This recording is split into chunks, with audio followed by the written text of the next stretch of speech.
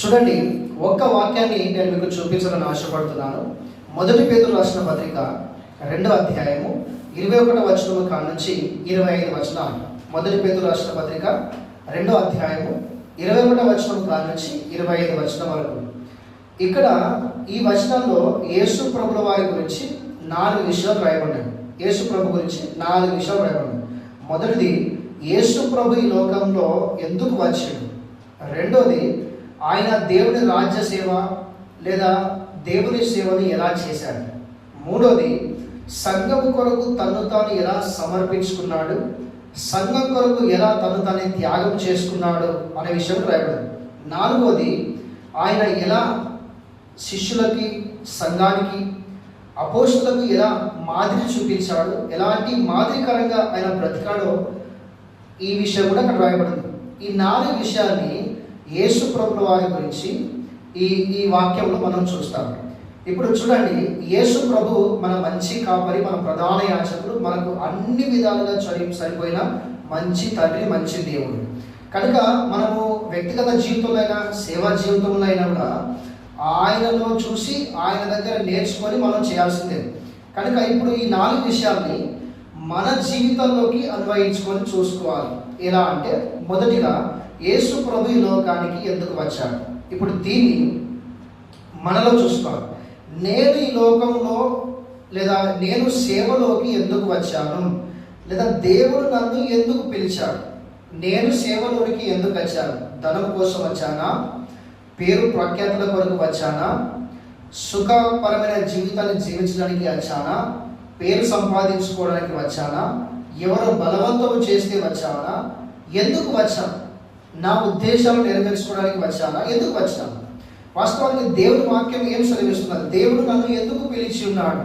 పరిశుద్ధ గ్రంథంలో చూస్తాము, ఆయన చిత్తాన్ని నెరవేర్చడానికి ఆయన పిలిచి ఉన్నాడు, ఆయన మహిమపరచడానికి ఆయన పిలిచి ఉన్నాడు, ఆయన రాజ్యం నిమిత్తము సంఘాన్ని సిద్ధపరచడానికి ఆయన పిలిచి ఉన్నాడు, ఆయనతో సావాసం చేయడానికి ఆయన పిలిచి ఉన్నాడు, పరిశుద్ధ జీవితం జీవించడానికి ఆయన పిలిచి ఉన్నాడు, శ్రమలను సహించడానికి ఆయన పిలిచి ఉన్నాడు, సత్యము నిమిత్తము పోరాటం చేయడానికి ఆయన పిలిచి ఉన్నాడు అనే విషయాలు మనం పరిశుద్ధ గ్రంథంలో చూస్తాం. అలాంటప్పుడు ఈ లోకంలో మరి నిజంగా ఆయన ఎందుకు పిలిచి ఉన్నాడో అది మనము జ్ఞాపకము కలిగి ఉన్నామా, మనము ఆ స్మరణ కలిగి జీవిస్తున్నామా, మనము నిజంగా ఇదే కోణంలో ఇదే పిలుపుతో ముందుకు సాగుతున్నామా, లేకపోతే మర్చిపోయి మన ఇష్టానుసారంగా బ్రతుకుతూ దేవుడు ఈ పిలుపు నాకు ఇచ్చాడు అని లేనిపోని చెప్పుకుంటూ మరి గుడ్డితనంలో, చీకట్లో, భక్తిహీనతో బ్రతుకుతున్నామా? ఒకసారి ఆలోచన చేయండి. ఎలా మనం ఈ లోకంలో బ్రతుకుతున్నాము, దేవుడు ఎందుకు మనలో పిలిచి ఉన్నాడు, మనము ఏ పిలుపు కలిగి ఈ లోకంలో మనము బ్రతుకుతున్నాము, ఇది ఆలోచన చేయండి. దేవుడు నన్ను ఎందుకు పిలిచాడు? ప్రతిరోజు జ్ఞాపకం చేసుకోవాల్సిన ప్రాముఖ్యమైన విషయం, ప్రాముఖ్యమైన మాట ఈ మాట, మొదటి మాట. రెండోది ఏంటిదంటే, ఆయన ఎలా ఈ లోకంలో సేవ చేశాడు. మనము మత్తయి సువార్త 4వ అధ్యాయము, లూకా సువార్త 4వ అధ్యాయం మనం చూస్తే, ఆయన ఆకలి అంటూ సేవ ప్రారంభించి దాహం అంటూ కలువరి శిలువలో సేవను సంపూర్తి చేసినట్టుగా ప్రభు గురించి మనం చూస్తాం. రాత్రంతా ప్రార్థన చేశాడు, దినమంతా స్వార్థ ప్రకటించాడు. ఆయన ఈ లోకంలో ఒక మతాన్ని స్థాపించడానికి రాలేదు, కానీ మానవత్వాన్ని ప్రకటించడానికి, మానవత్వాన్ని స్థాపించడానికి, పడిపోయిన మనిషిని తిరిగి కట్టడానికి యేసు ప్రభు లోకానికి వచ్చి ఆకలితో ప్రారంభించి దాహముతో ఆయన సేవ ముగించాడు.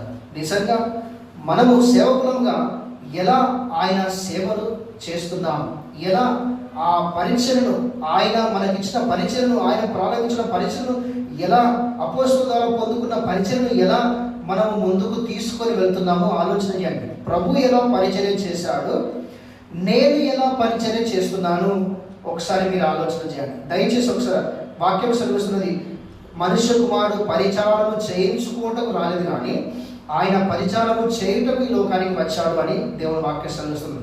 ఈ రోజులో ఉన్న సేవలన్నీ కూడా చాలా మట్టుకు పరిచారము చేయించుకునే సేవలు తప్ప పరిచారము చేసే సేవలు మనకు చాలా తక్కువ కనబడతాయి. కనుక ప్రభు ఎలా పరిచర్య చేశాడు, నేను ఎలా పరిచర్య చేస్తున్నాను అనే విషయము గమనించుకోవాలి. రెండోది, మూడోది ఏంటిది అంటే సంఘము నిమిత్తము ఎలా తను తాను సమర్పించుకున్నాడు, ఎలా తను తాను త్యాగం చేసుకున్నాడు. మరి సంఘము నిమిత్తం ఎలా మనం త్యాగం చేసుకుంటున్నాం, ఎలా సమర్పించుకుంటున్నాం.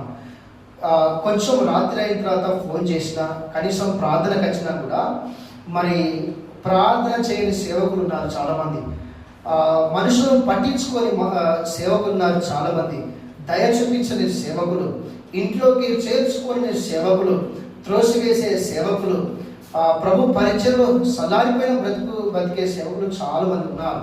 ఇలారా సేవకులకు మనము గమనించుకోవాలి. నిజంగా క్రీస్తు సంఘము కొరకు ఎలాంటి సమర్పణ కలిగి ఉన్నాడు. పౌలు గారు అంటారు, నాలో మరణము నీలో జీవము ఉపయోగించున్నది పెరుగుచున్నది అన్నాడు.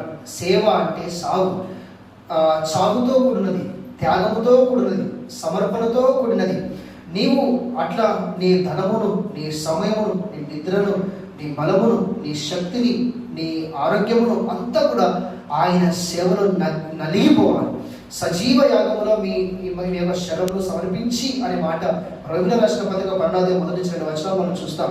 అలా మనం సమర్పించుకొని త్యాగపూరితముగా చేసే సేవ యేసు లాంటి సేవ, సమర్పణతో కూడిన సేవ యేసు లాంటి సేవ. కనుక మూడోది ఏంటిది అంటే నీవు సంఘం కొరకు ఎలాంటి సమర్పణ కలిగి ఉన్నావు, నీవు సంఘం కొరకు ఎలా నేను సమర్పించుకుని సేవ చేస్తున్నావు అనే సంగతి ఇక్కడ గమనించుకోవాలి. నాలుగోది ఏంటిది అంటే మరి ఆయన మాదిరికరమైన జీవితం జీవించాడు. పౌలు గారు తిమోతితో చెప్తాడు, తిమోతి ఎవడా నీ యవ్వన కాలం ముందు ఎవడూ నిన్ను తిరిగిపనివ్వక ప్రేమలోను, విశ్వాసంలోను, మాటల్లోను, ప్రవర్తనలోను ప్రతి విషయంలో విశ్వాసులకు మాదిరికరంగా ఉండు అన్నాడు. కనుక సేవకుల వల్ల మనం ఒకసారి ఆలోచన చేయండి. నిన్ను బట్టి మీ సంఘం ఏం నేర్చుకోవాలి, మిమ్మల్ని బట్టి మీ కుటుంబం ఏం నేర్చుకోవాలి, మిమ్మల్ని బట్టి సమాజం ఏం నేర్చుకోవాలి, ఒకసారి ఆలోచన చేయండి. నిజంగా సంఘము, కుటుంబము, సమాజం నేర్చుకునే లక్షణాలు మనలో ఉన్నాయంటారా? చాలామంది బోధిస్తున్నారు తప్ప ఆ బోధకు తగ్గట్టు జీవితాన్ని జీవిస్తలేరు. చెప్పుట మటుకు చెప్తున్నారు కానీ ఆ మాటలకు వేరుగా చాలామంది సేవకులు ఉన్నారు. ఈ మాట చెప్పినప్పుడు నిజంగా నాకు చాలా బాధ అనిపిస్తుంది. చాలామంది ఇష్టానుసారంగా జీవిస్తున్నారు. ఈ లక్షణాలు కాకుండా, ఈ 4 లక్షణాలు కాకుండా ఇక ఏదో పొడుస్తాం, ఏదో చేస్తామని చెప్పేసి సేవకులు ఈ లోకంలో మరి వాళ్ళ చెలగాటలు వాళ్ళు చేస్తున్నారు. కానీ 2 శిక్ష ఉన్న సంగతి మర్చిపోయి బ్రతుకుతున్నారు. ఇలా మీ కుటుంబం నిమిత్తము దేవుడు మిమ్మల్ని లెక్క అడుగుతాడు, సంఘము నిమిత్తము మిమ్మల్ని లెక్క అడుగుతాడు. దయచేసి ఈ మాటను జ్ఞాపకం చేసుకోండి. కనుక యేసు ప్రభే మన హీరో, మన మాదిరి. ఆయనలో మనము చూసి నేర్చుకోవాల్సిన ఈ 4 విషయాలు మనలో ఉన్నట్లయితే ఎందుకు నేను సేవలోకి వచ్చాను మొదటిది. రెండోది, ప్రభు ఎలా పరిచర్య చేశాడు, నేను ఎలా పరిచర్య చేస్తున్నాను. మూడోది, సంఘం నిమిత్తం ఆయన ఎలాంటి సమర్పణ కలిగి ఉన్నాడు, నేను సంఘం నిమిత్తం ఎలాంటి సమర్పణ కలిగి ఉన్నాను. నాలుగోది, ఆయన ఎలాంటి మాదిరి చూపించాడు, నేను ఎలాంటి మాదిరి కలిగి లోపల బ్రతుకుతున్నాను. ఈ 4 విషయాల్లో మనం సరి చేసుకుంటే నిజంగా యేసు ప్రభు తర్వాత, అపోస్తలుల తర్వాత, పౌలు గారి తర్వాత నీవే ఒక మంచి హీరోగా, నీవే ఒక మంచి నాయకుడిగా, నీవే ఒక మంచి కాపరిగా, నీవే ఒక మంచి సేవకుడిగా నీవు పేరు పొందుతావు. కనుక ప్రియులారా, ఇక్కడ కాదు అక్కడ మనం మంచి పేరు పొందాలి, ఇక్కడ కాదు అక్కడ మనం మంచి బహుమానం పొందాలి. పౌలు గారు ఇచ్చిన సాక్ష్యాన్ని ఈ 4 విషయాల్లో మన జీవితాన్ని మనం కట్టుకుంటే మనము కూడా ఆ సాక్ష్యాన్ని ఇచ్చే సమర్థులం అవుతాము అని దేవుని వాక్యము మనకు శ్రమిస్తున్నది. కనుక సేవకులారా, సహోదరులారా, దయచేసి ఈ 4 విషయాల్లో మనం సరి చేసుకుందాం. ప్రభు మిమ్మల్ని ఆశీర్వదించును గాక. పరిశుద్ధాత్మ దేవుడు మీకు, నాకు, మనందరికీ సహాయం చేయను గాక. ఆమేన్. Praise the lord.